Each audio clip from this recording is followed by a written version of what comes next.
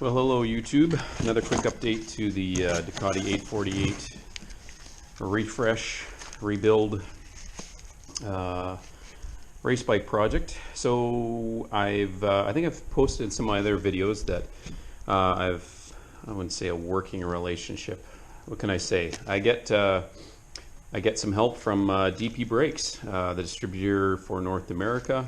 Has helped me out with, I'd say probably half price on some new brake pads for the 848. I'll fit those today, so front and rear, plus some nice decals, some swag. I bought myself a banner just to have a banner, and they always throw in a baseball cap. Unfortunately, I'm about 30 years too old to wear one of those snapback baseball caps, but I'll have it just in case I want to look fly. Do kids still say that nowadays?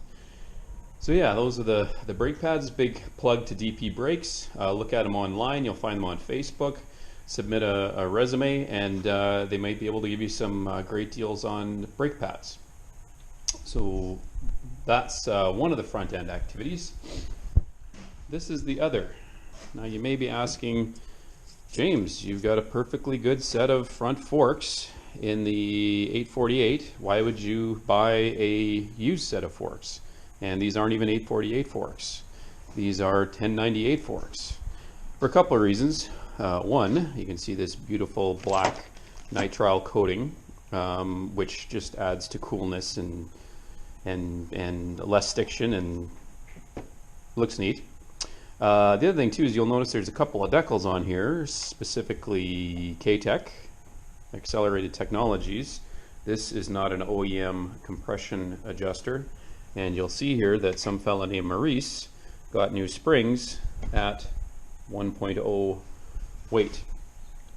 So all of this to some degree was what I had planned to do to my stock forks anyway. Certainly heavier weight springs.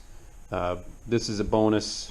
I've actually was in touch with Accelerated Technology. This was the company that I was planning to send my forks to, and with all due respect to a company trying to make a business work, what they quoted me for doing all of this to my forks was about $300 more plus shipping than what I got these complete forks for. I guess it's a bit of a shot in the dark that what is on these decals is true, but again, 99% of people that race motorcycles are probably between 170 and 100 and 200 pounds. This is the fork weight, fork spring weight they recommend. K-Tech is quality stuff. British Superbike, World Superbike, Roads Racing in the UK, making inroads here in North America. So to me, it made perfect sense. So yeah, I spent money to get new used forks. They're already tuned and rebuilt. What will I do with the old forks? Well, knowing me and some of the things you see up here, I may keep them for some unplanned project in the future, or I'll try to sell them and recoup some money back. But anyway, it made too much sense to me to pick these up for the price that I paid for them, and they're already kind of all the hard work has been done, and saves me shipping my forks to Ontario and back and waiting on them. So these will go on today as well.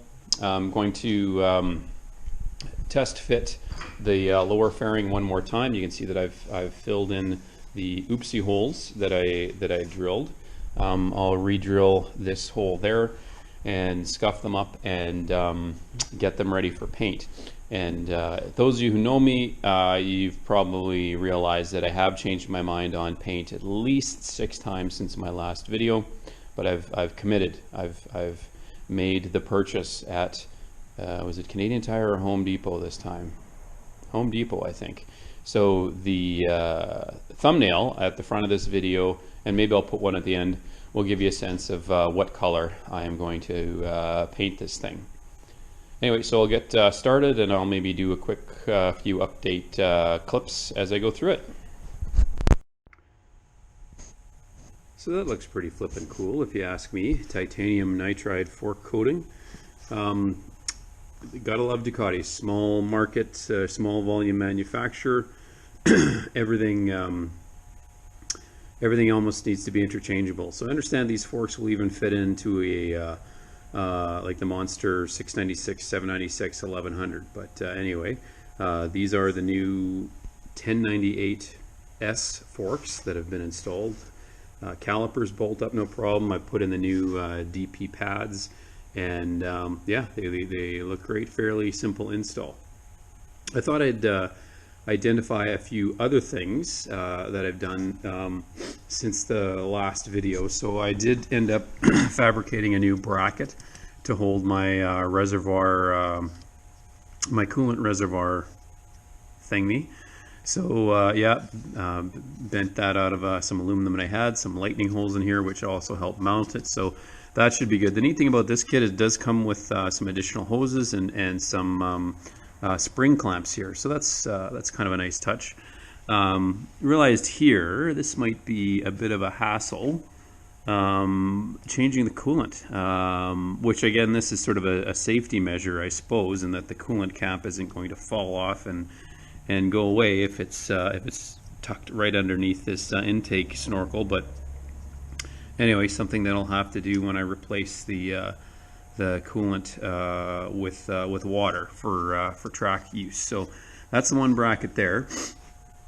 And I know I had obviously a lot of extra hose here until I figure out a ideal routing spot. I originally thought that I was going to mount my new lithium battery compatible regulator rectifier here, which is traditionally where these things go if you're going to reroute them, or even some guys have put them over top of the belt cover. But to me, that just is a bit of a hassle if you ever wanted to check the belts. So what I decided to do is actually mount it up front here. So I'm glad I spec'd some additional, I'll zip tie these things out of the way. I spec'd some additional length of cable here for both the, this goes to the stator rotor, and this is the positive and the negative wire here. So a lot of Ducatis in the 80s and 90s and maybe into the 2000s did use this area behind the front fairing as a good spot to mount electrical components. So again, going through my tickle trunk of extra spacers and top hat spacers and that sort of thing. So the OEM fairing stay has two mounts here that are in a rubber bushing, and with the right shouldered washer, as you tighten up this piece, it compresses it just enough so that this is damped, but it doesn't flop around too much, which I think will be just perfect. It does tuck in behind the fairing, no problem. I think you can see, but I did a bit of, I took some time on this and certainly cut it out to shape, and then cut some lightning holes in there, which turn out to be fantastic washers once you clean them up and reuse them. So look at me reducing, reusing, and recycling offcuts of parts that I fabricate. So anyway, that mounts nicely up here. The wiring, of course, goes back to here. 3 crimp joints to where the stator and rotor mount up here. And then these are wired directly to the battery itself. So I've got some experience with this type of stator and rotor. I have it on my other Ducati project, which, by the way, is still, I don't want to complain, but languishing at the shop, getting the tank modified. I need to go by there and just check in and, hey, how's it going? You've had this since August the 2nd, which is kind of a dink move, but the guy, you know, it charges me not too much for the work that he does. So, you know, leaving it there is fine. I hope I don't have to leave it there over the winter, but then again, if it's safe, why not? I always have these nightmares about, you know, you've got a bike project, unregistered, uninsured, you built it yourself, off-site, and you know, the guy's shop burns down. It's a total loss. Like I wouldn't have it covered or anything like that, which would not be great. So anyway, that's the type of thing that keeps me up at night, because being a pessimistic Irishman, you always have to think the worst. So anyway, this will mount here like this. I'll maybe just either zip tie or Velcro this to this bracket here, and that's where the battery goes. So Kind of a neat solution there that I'm sort of proud of. And again, it's going to be more protected up here than along the side of the bike if you crash. New 14 tooth sprocket came in, so I buzzed that on with the impact gun. Again, not too crazy tight because it has a tab washer there. So why would you over tighten something if it's locked in with a tab washer? So right now I've got 1437, I think, on here, which is very close to stock gearing. And then I've got, again, I found another inexpensive 38 tooth single piece rear sprocket that I'll have as well. And I might actually mount that to start and then see how it runs on the track. So anyway, I think that's it for now. So if anyone is interested in a pretty minty set of 848 forks, you know, no bends, no scratches. Yeah, they're a bit dusty, but you could clean them up. Probably original fork oil too, if that appeals to you. You know, like anything else, you're going to want to service them if you buy them or to put on your bike. So direct message me, I guess, at the YouTube video below if you want those things. 53 and 53 millimeter top and bottom, so we'll fit an 848, 1098, maybe 748, 998. Be kind of a trick bike with like an old school 748 with radial calipers. Monster 696, 796, 1100. And again, these are triple adjustable, preload, compression, rebound.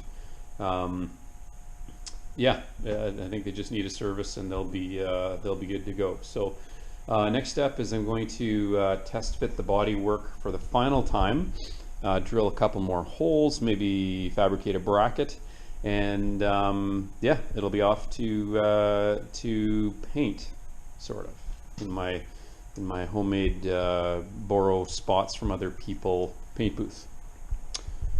I'll maybe take a quick video with the fairings mounted again, just so you get one last look at it.